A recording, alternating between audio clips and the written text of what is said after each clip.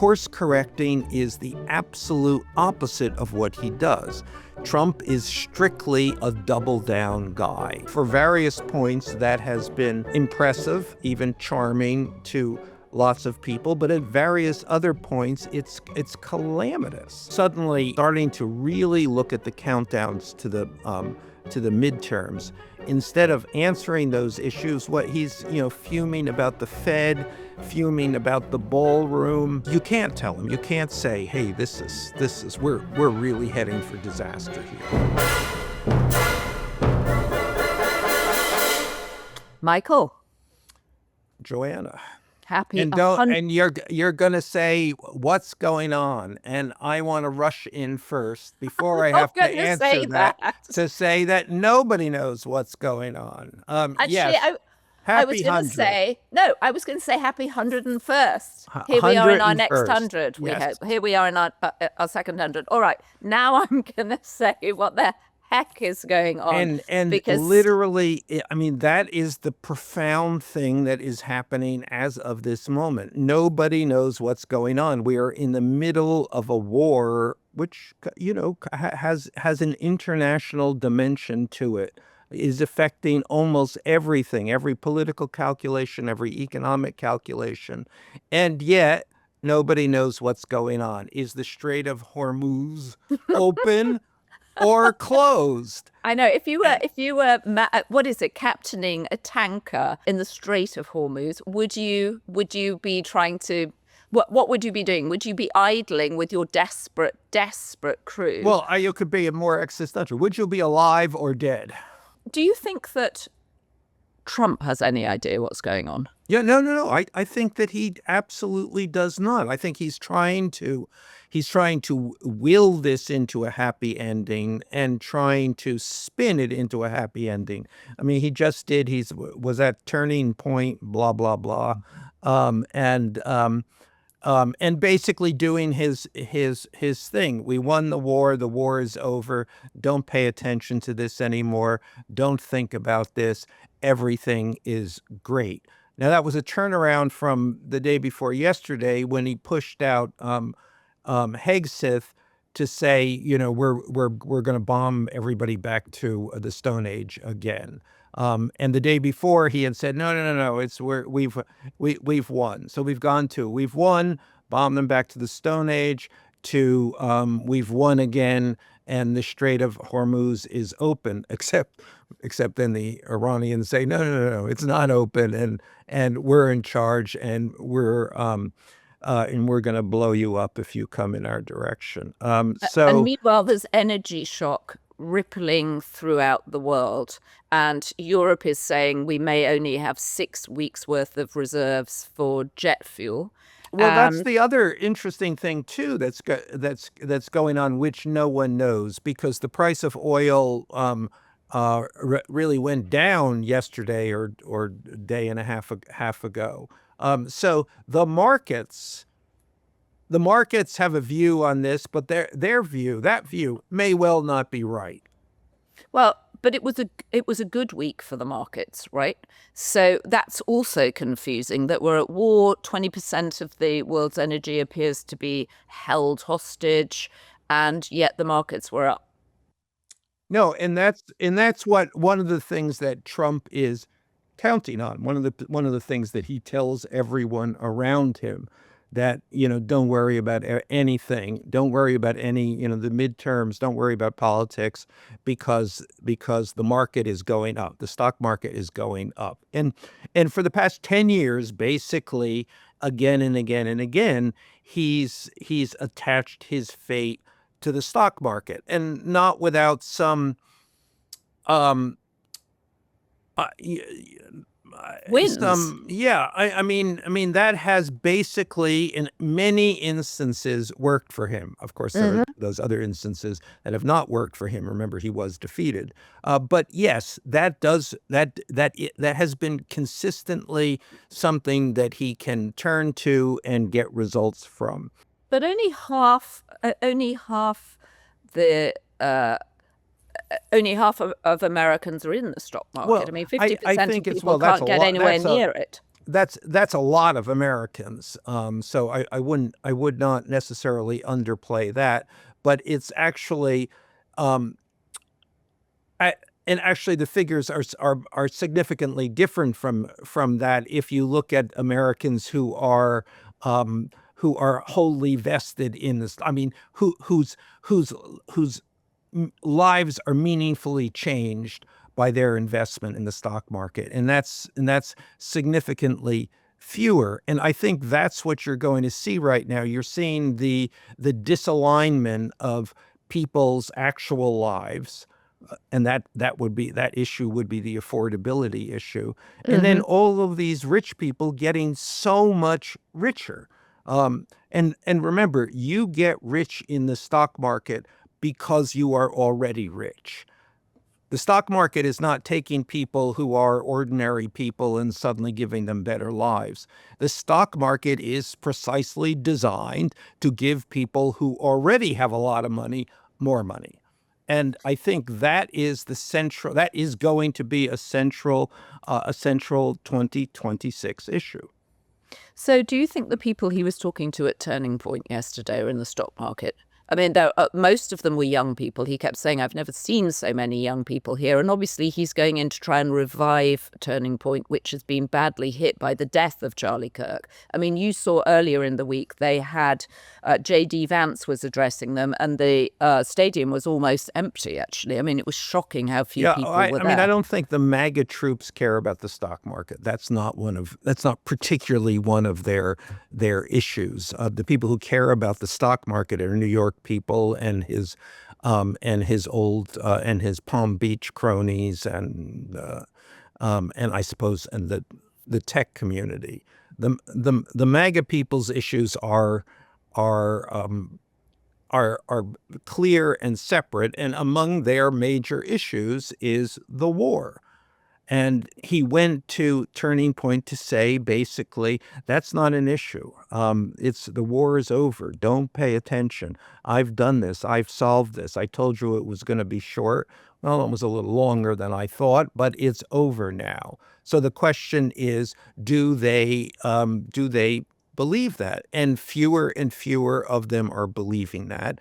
And certainly there are a pretty clarion MAGA voices, Tucker Carlson obviously one among them, saying this is not only not true, is the war not over, but Trump has saddled us with another situation that is going to have to play out over a long period of time, consume enormous amount of American resources, lives, quite possibly, and be and be yet another one of those diplomatic foreign policy fiascos that is going to cost a future generation, i.e., these young MAGA people. You don't just want to lose weight, you want to look better and feel better. That's why Weight Loss by Hims now offers access to the FDA-approved Wegovy pill and the FDA-approved Wegovy pen. With Wegovy at Hims, you could lose up to 20% or more of your body weight when combined with diet and exercise. And our producer, Devon Rogerino, lost 30 pounds on Wegovy. Plus, Wegovy is the first ever GLP-1 pill for weight loss, so there are no needles needed. Ready to reach your goals? Visit hims.com/dailybeast to get a personalized, affordable plan. That's hims.com/dailybeast. hims.com/dailybeast. Weight Loss by Hims is not available in all 50 states. Wegovy is the registered trademark of Novo Nordisk AS. To get started and learn more, including important safety information, Wegovy clinical study information and restrictions, visit hims.com. It's also going to cost Republicans seats in the midterms, we assume. Just finishing on the war, though, I'm a bit confused, and you may have more clarity on this. Who is, in theory, in charge from the American angle at this point in terms of the negotiations, such as they are? And Trump suggested that there were going to be more negotiations. So JD was initially, then Marco Rubio was sent in, Witkoff and Kushner, or what do we call them? Kushoff, as we think of them, the two of them joined together like Beavis and Butthead, are sort of hovering in the background, but it's unclear who's showing up from the Americans and what they're trying to get done here. Well, let's extend that out. I mean, I think that has been one of the problems of this misadventure from the beginning, that everybody who knows something, everybody who has experience in dealing with this issue, and there are several generations of people who've had experience dealing with the Iranians, have been forced out. They've been excluded from this process. And the people who have been running this process, and that's been a shifting cast of characters, obviously, don't have experience. Principal and at the head of the line, you have Witkoff and Kushner, who have no relevant experience at all for anything that might be germane. The Iranians, the nature of diplomacy itself, the military, they know nothing. Well, maybe they could do some leasing deals while they're there. Well, I'm sure that they are. Now, well, I mean, yes, we don't. That's not even. The comedy of that is actually immediately replaced by the reality of that. Of course, that's one of the things that they are trying to do. Of course, they are seeing a solution to this in the context of who makes money off of it. Right, the grift, the endless grift. So we've no idea if the strait is open. I definitely wouldn't want to be a captain shepherding a tanker in that. And I think there are 450 tankers at the moment just sitting there idling with crews who can't, see their families. The whole thing is just a logistical nightmare. How does this impact the midterms? And the thing I'm surprised about is, why aren't more Republicans anxious about it? Well, actually, I mean, several conversations I've had with White House and White House adjacent people over the past couple of days is that it suddenly does seem to be, oh my God, that sense the midterms are coming, and it hasn't really seemed that way. And this is one of the things that always happens in politics. Politics is a lot like journalism in that regard. It's always, what's the deadline today, and the deadline that's months away, we'll deal with that months from now. And that's what largely has been happening with the midterms. As they come into view here, I mean, they should have been planning. I mean, you should have had the longest runway possible. I mean, in effect, they should have come in on January 20th, 2025, and said, okay, what are we going to do to get to the midterms? They didn't do that. They said, what are we going to do until we get to the next month and then the month after that? We're going to say, what are we going to do until we get to January the 21st? Yes. Because it feels like that it's very much day by day. But if you're Trump, are you beginning to panic? Because it does seem like, we saw his attacks on the Pope. We saw his crazy posts this week of him being close to Jesus. We saw him then saying that he was going to read some biblical passages to appease some evangelicals and some Catholics who've been anxious about this sort of blasphemous truth socialing that's going on. Is he panicked? Well, no, he's not panicked.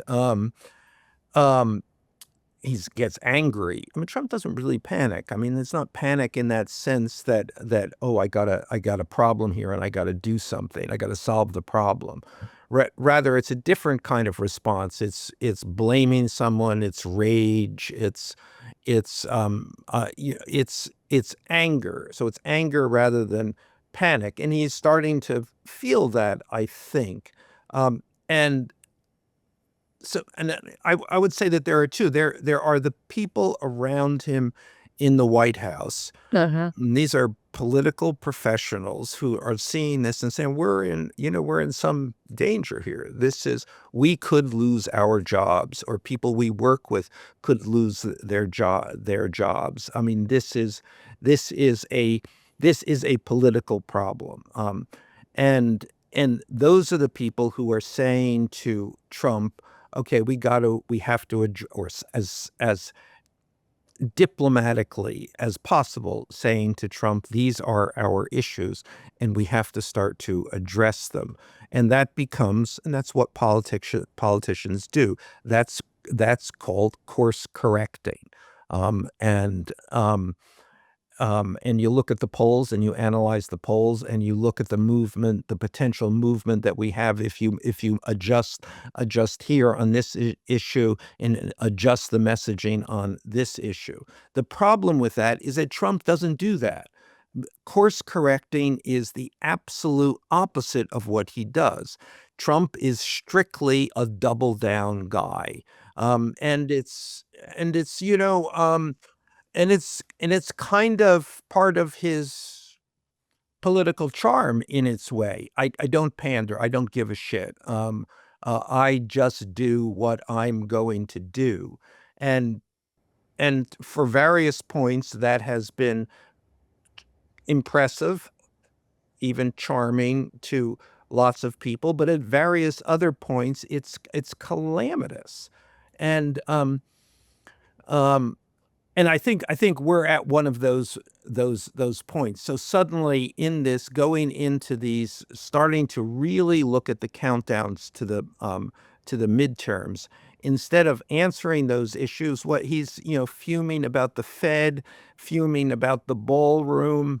I mean, he's even back in these conversations that I've had over the last couple of days to talking about, wait for it, Greenland. So No. yes, He's talking about Greenland again? again. And it's as though, and he does this kind of weird thing where there's no acknowledgement that any advance has been made in that discussion. So you would think he would understand. I tried the Greenland gambit. I got an enormous amount of blowback. It really came clear that this could not happen in any way and in any dimension. So you think he would get that, and at least have a new idea. I've got a new idea about how we're going to go and get Greenland. But it's not. It's as though he's right back at the beginning of this discussion. What a good idea it would be if we had Greenland. And why can't we have it? So, so everybody around him, there's and I think their response is frustration, but I think they have to convert that into patience. And because you can't tell them, you can't say, hey, we're really heading for disaster here. They are heading for disaster. No one can say that. And there's a lot of talk. The Pope thing is bad. It's really bad. Well, it also seems that for the most part, and we've said this before, what people like about Trump is he's not a regular politician. And he's definitely, he's not a regular man. So that there could have been, it's just possible that because he appears to say it like it is, or that's what people think they like about him, that there could have been some advantage to perhaps taking issue with the Pope over a single thing, but to sort of take him on in the way he has done, and for the Pope to not back down and say it is for the mighty not to start wars. It just seems like he's lost his instinct. And I wonder if that's to do with him getting older, or to do with the fact that some people say he's starting to show the same signs of dementia that his father had. But it feels like he's off his game. Well, it's an interesting, he doesn't seem to understand the politics of that either. The politics of the Pope. So the politics of the broader politics is Trump Trump is a success, has been a successful politician because he's managed to become the Christian voice. He's Christianity as a political faction has been on his side, and that would be two aspects of it: the evangelicals and the Roman Catholics. And he's brought them over basically because their own interests joined around a whole set of family values stuff. And anti-abortion, Well, that would be family and he values. Yes, okay, but exactly. he gave them the Supreme Court. Exactly. So the problem with that, however, is that the evangelicals and the Catholics are not the same. And so by suddenly alienating or at least forcing a lot of Catholics to ask questions of him, he's putting a wedge in that key constituency. And part of that key constituency, of course, in which had yielded great results in 2024 for him, were the Latin Catholics. So So he's pissed off the Hispanics because of ICE and because of masked men scooping up brown and people on the because of the street. Pope. Right. And he's capped that off because of the Pope. So he's now split his own coalition. I mean, the evangelicals don't care about the Pope. That's fine, and I'm sure that he still has them and can do. And they show no sign of leaving him. But Roman Catholics make up a very significant part of that Christian coalition.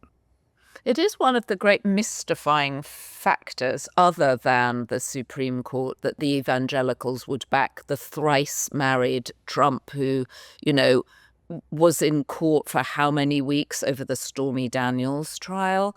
Well, I mean, I think that's just. I mean, the only conclusion you can come to there, because it's so ridiculous, is that it's purely transactional. I will give you everything that you want.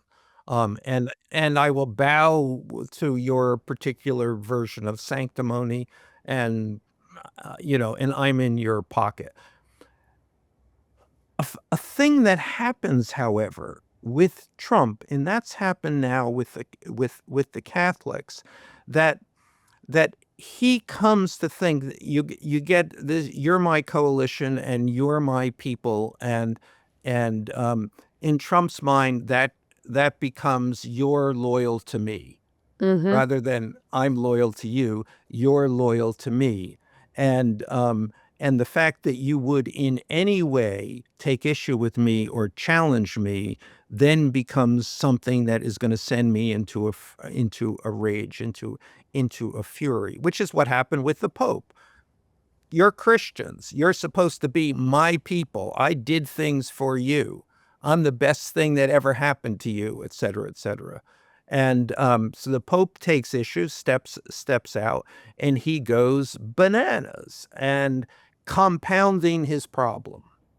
It's also exciting to see someone like the Pope standing up to Donald Trump and saying he's not scared of him, and that the name of his social media platform, Truth Social, is ironic, when we've seen Congress basically lie down in front of him, where you see no Republicans, apart from perhaps Thomas Massey and the three women, and only over the Epstein files, stand up to him. It's exhilarating to see someone like the Pope. I mean, it's an interesting dynamic there because, people have, many people have stood up to Donald Trump before, and he's then turned them into his enemies to great profit for himself. And so this is a really subtle tonal thing of why it works for Trump and in the instances when it doesn't work for Trump. And this seems to be very much at this point an example of it not working bigly. It not working bigly. All right. So is there any sense in which the Republicans could pull off the midterms, do you think? I mean, Well, when you're no one, I'm sure that there is, we could go on, but no one has that sense now. right. I mean, no one, at I mean, I think that there's a couple of levels of perception to this right now, and I think on a 40,000 feet objective level, it's not unreasonable to say that this is coming apart day by day. It's coming apart. Nothing really good is happening for him. He is I mean, midterms always go against the party in power, and then he's in his second term, which even compounds the problem because he's a lame duck. Then he has a a troublesome economy, always the worst thing that you can possibly have. The ICE stuff is, I don't think we yet have a clear picture of how bad this is, but this is bad. And the war, could it be worse to have gone to war, and the best you can do, the best you can foresee, is coming out of the war having gained no advantage at all?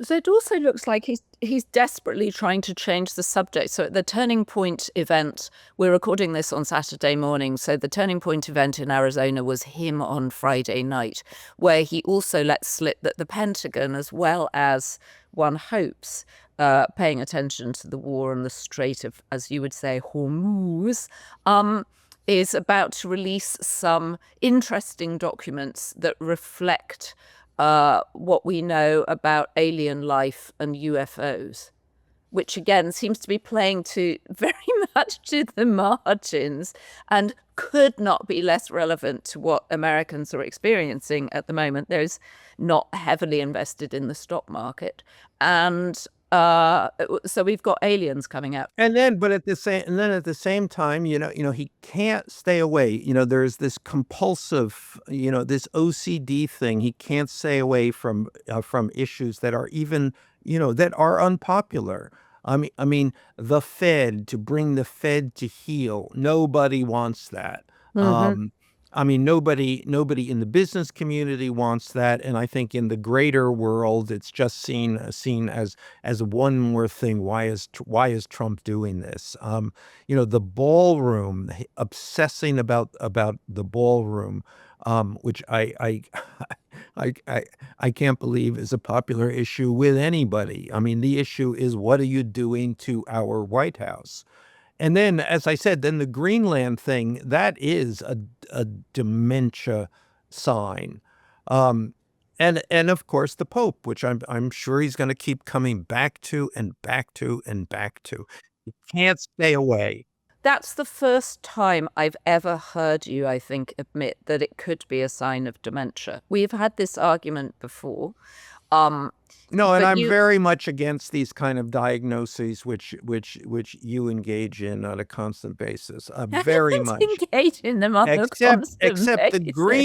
the Greenland thing is so weird. Well, the other thing that I think is weird. I mean, it was weird in the beginning, and to keep going on with this. Well, two of the people that I listen to about the dementia issue, one is Mary Trump, who says that she literally can look at Donald Trump and see echoes of her grandfather, who started getting dementia symptoms at around this age. So that's not... Except, just to be a little thing, she can see her grandfather, but she has not literally looked at Donald Trump in real life for...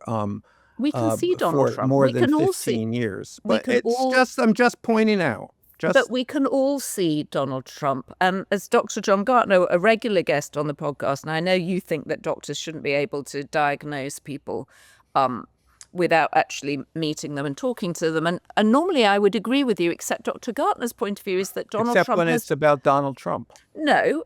When someone has been in public life as long as he has, you have a base against which to measure them. And one of the most powerful things... I know, but it's true that language is one of the most powerful things to judge them against. And it's clear that his language is has slipped, that his vocabulary has got smaller, that he seems less with it than he was. He's less funny than he was. Now, arguably, he's the president. Well, not arguably, he is the president.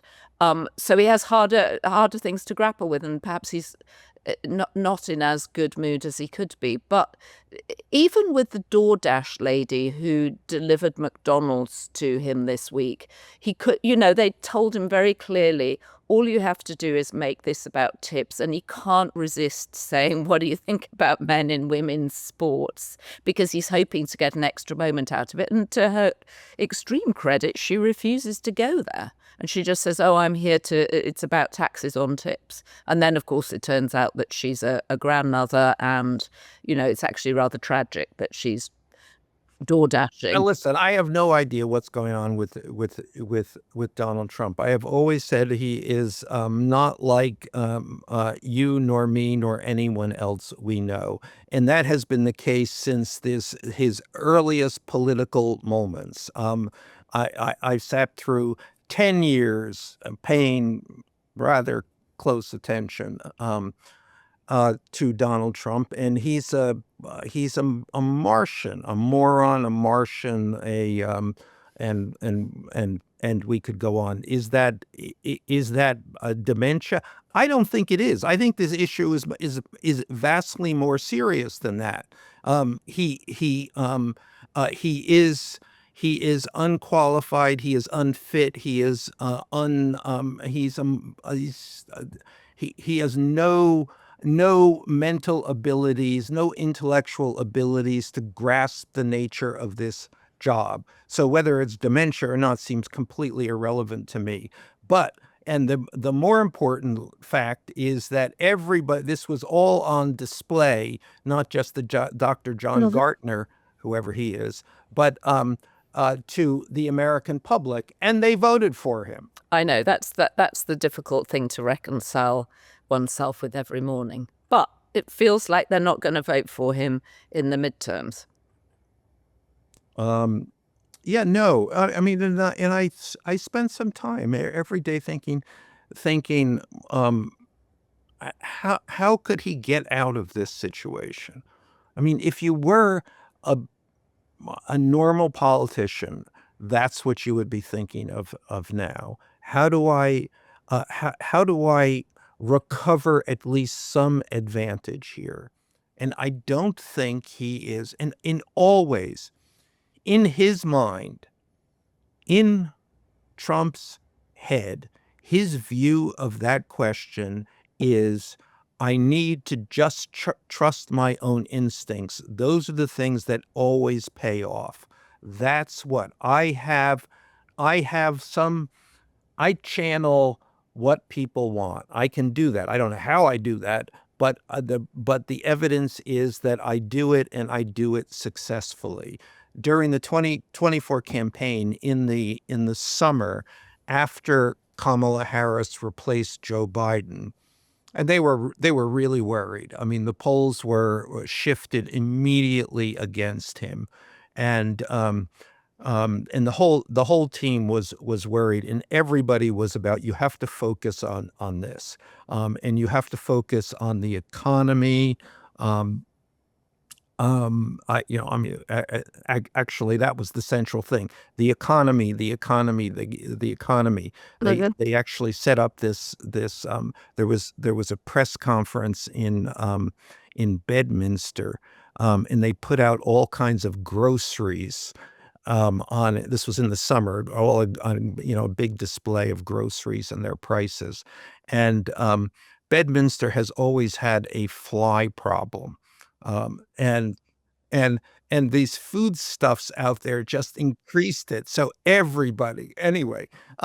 But the point is that he actually didn't do that. He just said, no, I have to just keep focusing on her. I have to demonize her. She's horrible, in his basic language. She's horrible. She's terrible. And I'm just gonna say that over and over again, because you need a person, is what that perception, food, economy, you need a person, you need an enemy. Mm-hmm. And, Alas, he was right. Yeah, well, that's interesting because right now he doesn't have an enemy because there is no national leader of the Democrats for him to go after or that represents the larger Democratic tent.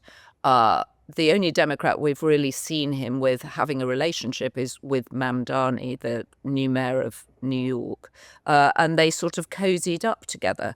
So he doesn't actually have an enemy right now in terms of representing the midterms, though it seems clear that he's, as you have pointed out over the last few weeks, realized that the anti-vaxxing message isn't good. And this week he put in a doctor to lead the CDC. The CDC had been leaderless, and she's a normal doctor. She's a normie. She believes in vaccinations. So this has kind of thwarted your friend, RFK Jr., somewhat, who, as we know, is launching a podcast. So he's clearly looking to a future beyond being the Health and Human Services Secretary. Now, the interesting thing there, so there could be a very clear course correct. Fire RFK, which I think that there's a pretty good likelihood that will happen. Except that's going to give him problems on the MAGA side too, because RFK still holds that anti-vax. A part of this MAGA movement is united. It's strong. It doesn't waver. And the rest of the country does on this issue. Nobody wants this issue, but it is a Trump issue. Yeah, and the MAHA, Make America Healthy Again crew, are all saying they're not going to even vote in the midterms because they sense that RFK Jr. is being marginalized. And clearly he is being marginalized. And then, of course, I mean, we've talked about other people that are likely to be fired. If the war goes wrong, then Hegseth will be fired. And that's why he's being pushed out front to sort of take responsibility for things. And then The Atlantic had a big piece on Kash Patel, saying that Kash Patel has frequently been intoxicated, that at one point the FBI had to get some sort of battering ram equipment because no one could reach him and he appeared to be locked in a room. And I think the implication was they were concerned he was unconscious from a lot of alcohol. So he doesn't necessarily look long for this world either. And even there, and again, the broader point, which I think has been made loudly and clearly to just about everyone, that none of these people in this cabinet are qualified or people that anyone should have any confidence in. Right. Well, and of course, Kash Patel's office have declared that this is nonsense and that, unsourced FBI employees are unhelpful. They've been trying to shop this story about Kash Patel, and The Atlantic has bought it. But they've spoken to several people, and certainly we've seen Kash Patel drinking openly. Apparently, he's a fond drinker at Ned's, the rather groovy club, which is run by a British guy in DC. I'm not sure you really have to do much convincing of anyone on these things. Well, it must be very difficult to go from hawking T-shirts to running the FBI. I was just thinking whether that's true or not. I think it probably is true. I think it's probably very true. Talking about Mamdani, you had an observation. Well, I think he announced the other day that he would not be attending the Met Ball. So, and I just want to say, because I think that we should begin to think more about Democrats, both as the midterms approach and then ultimately as if we're still here, as 2028 approaches. And the Democrats have, although things are just terrible for Trump, again, and I want to repeat this, I think we should keep repeating this. The end is has begun. The end is in sight. And the only thing that might stand in the way of the Trump end is if the Democrats screw it up again, as they so reliably do. Well, an incredible week for Eric Swalwell, who stood down after multiple accusations of sex abuse. And actually, there is a big difference between someone like Eric Swalwell, who seems to represent the Democrats, I don't want to say of the past, but he's like a generic politician. He came out of the mold, with someone like He's Ramdani. also kind of that open and proud "I'm a sleazeball." I don't think was he open and proud about being a Yeah, I sleazeball? mean, Or wasn't he? everything about his smirk, everything about his not shaving, everything about his level of arrogance. It broadcast sleazeball, and everything about him being a relentless and an uncharming media whore, is sleazeball-ish. So, and I'm not even talking about the accusations here.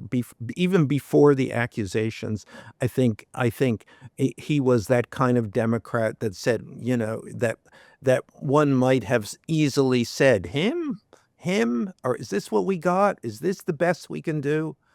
So, and just to come back to the Mamdani thing, and which is not to necessarily single him out as a Democratic savior in any possible way, but it is in the minor particular, I think worth singling out that he did the right thing. Don't go to the Met Ball. Why would a politician go to the Met Ball? I mean, the shallowest, the sleaziest, the most irrelevant, the most pandering thing, that you could. I mean, it's an event that politicians should clearly not be part of. A payola thing. Oh, terrible. I mean, gross. So don't go. Why? How could you even think that's a good thing to show up to? So he does the basic and the obvious and the logical and the respectable thing. I'm not going to go to that event. Although, why would he make an announcement about it? I suppose to make political capital out of his decision. Well, I think he's also making it. I think he's making the symbolic point. This is, these people are not my people. These people are not good people. This is not where we want to go. This is not who we want to be associated with. What if he'd gone and he'd done like AOC did when she went? She wore a dress that said "tax the rich." What if he'd gone with a shirt that said "tax the rich," and his wife could have perhaps gone with some of her Yeah, her but that political looks like slogans? AOC. First thing she looked craven. If you Craven, you go to Craven is the what it Met is. you go to the Met Ball for one reason, because you want to go to the Met Ball. You're pleased as punch to be at the Met Ball, and that Right. is corrupt. Nothing was less appealing than Eric Adams at the Met Ball swanning around as if he'd sort of made it. And you're like, oh, dude, that's completely the wrong look. It's completely the wrong look.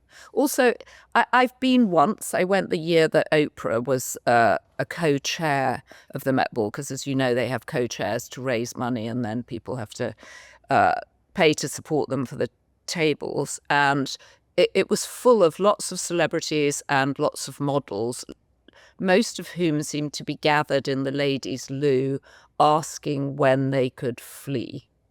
And I think the more fun events are at the Mark Hotel, which is across the road from the Metropolitan Museum. And everybody's having drinks saying that's absolutely ghastly. Thank God we managed to get out when we did. Another level of corruption. Yeah, you're on a tear this morning. It's rather exhilarating. Well, Is this because you've never sometimes been invited to the Met Ball I have been invited. and you've never gone? Of course not. Who invited you? I was, I think, what you call a Condé Nast insider for Oh, of quite a course. period. Of course. So when you were at Vanity Fair, when you were writing at Vanity Fair, it would have been de rigueur for you to go. And I know you like wearing a tux, actually. I have a very good tux, in fact. No, I'm sure you But have a very good tux from Sanderson and Shepherd, which is, you know, tailored within an inch of your frame, Michael. But good for you. I went because there was a 3-line whip, and frankly, because I was very curious. I'm always curious to go to something once. A bit like F1. I am not holding it against you. Well, that's a relief. That's a relief. All right, I tell you what we do have. We have some limericks, which I was going to read out. Garfried has really kicked off a trend here. All right. There once was an old man who'd led a life so sordid, demeaning, and dread. In an attempt to reset, he gave his wife Christie's jet, but he still wasn't allowed in the bed. That's pretty good. That's from Edits. EDITZZ. Okay, and then we've got Taryn Lindsay, who says, Trump is a madman, I say. His brain is withering away. He must be impeached. Consensus is reached. Removal is needed today. That's a good one, Taryn Lindsay. Okay, Miles Jackson, 3222. There was an old man from Hormuz who showed us a few of his moves. He sunk a few ships as bargaining chips to ensure the Americans lose. I thought that was also very good. Thank you, Miles Jackson. And then we have Garfried. There once was a Trump at the helm all alone, who steered a Hormuz-strangled war overblown, as Hegseth would spin, while RFK chimed in, till chaos was all he could claim as his own. Thank you, everyone. These are great.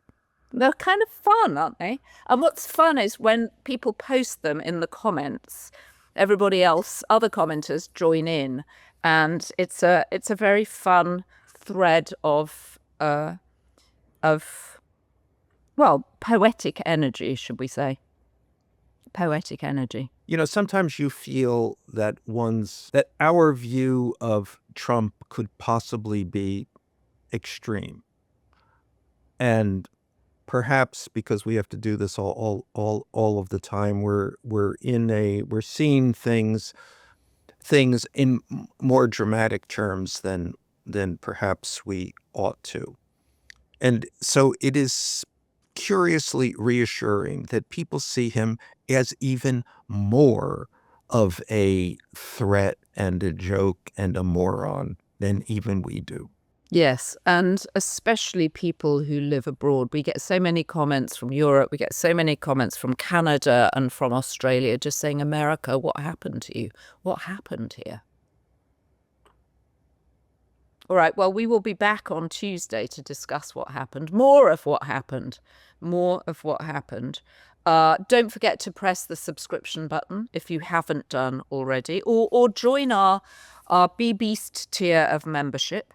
And we have a new tier of membership for $5 a month. And Michael, lots of people wrote in and said all you have to do is press the bell. You complained last time that you subscribed, but you couldn't figure out how to get any content. No, I didn't. It wasn't that I couldn't figure out.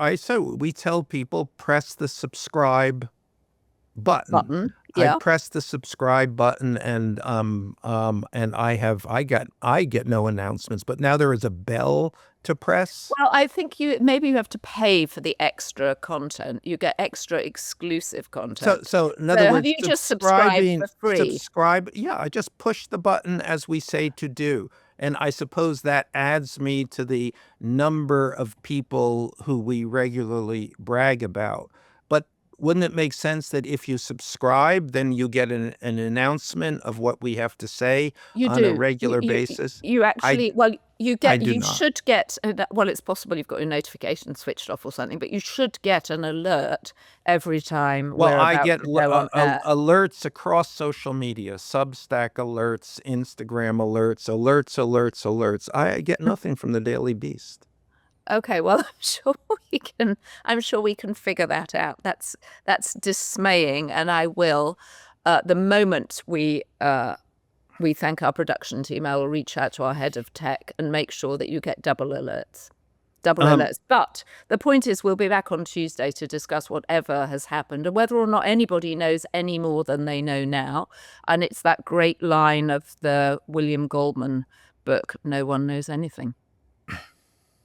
That was Hollywood, and we now live in a weird version of Hollywood. So the good news is we have so many B-Beast tier members now. There are too many names to read out, and we really appreciate your support. Thanks to our production team, Devon Rogerino, Ryan Murray, Rachel Passer, Heather Passaro, Neil Rosenhouse.